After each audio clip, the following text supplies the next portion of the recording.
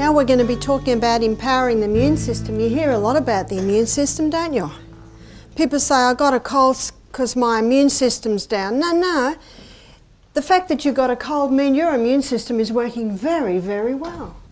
Because a cold is a house clean. So what I'm going to do tonight is I'm going to explain to you what your immune system is.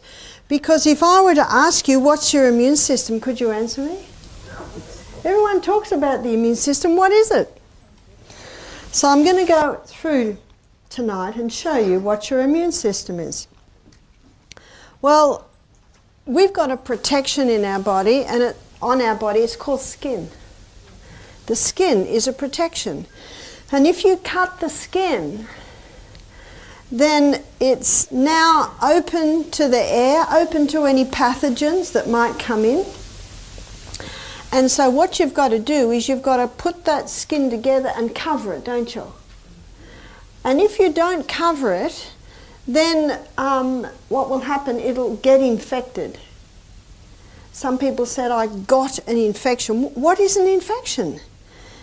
Well, your pus is dead white blood cells, and those white blood cells basically make up your immune system. But before I explain the white blood cells, we've just looked at the skin. We're going to look in the ears. Do you know there's protection in the ears? There's little hairs in the ears, so if anything goes in the ears trap it, the hairs trap it, and that's why we often build up a little wax in the ear, don't we? But there's also an eardrum there, and the eardrum also protects anything going into the ear.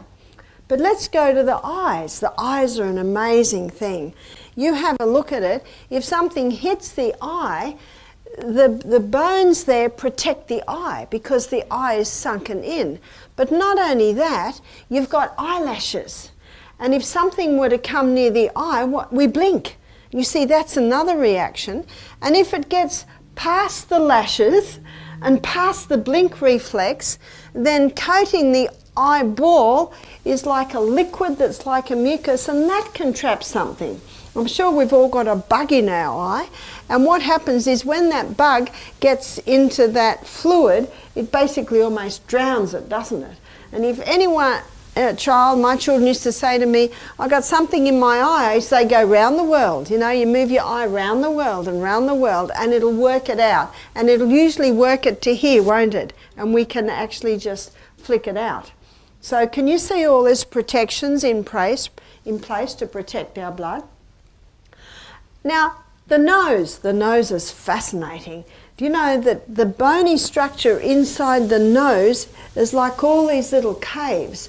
And when we breathe in air that has got bits of dust on it, it ricochets all around those little caverns, and the ricocheting the air around those caverns drops off any dust, and then we breathe in the air. And every now and then we blow our nose, don't we? And when we blow our nose, especially if we've been gardening in dirt, you'll see brown things in there that have all been trapped by the hairs and by the ricocheting. Whereas if we breathe in pure air, it is so light, it goes straight down and into our lungs. And if anything happens to get past the ricocheting inside those little caverns, and we do breathe it in, there are all these little hairs that line the lungs, and it catches it there.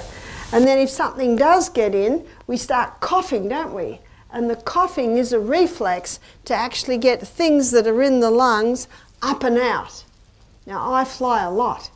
And when I exercise in the morning, it is not uncommon for me to feel something coming up in my lungs, and I spit it out.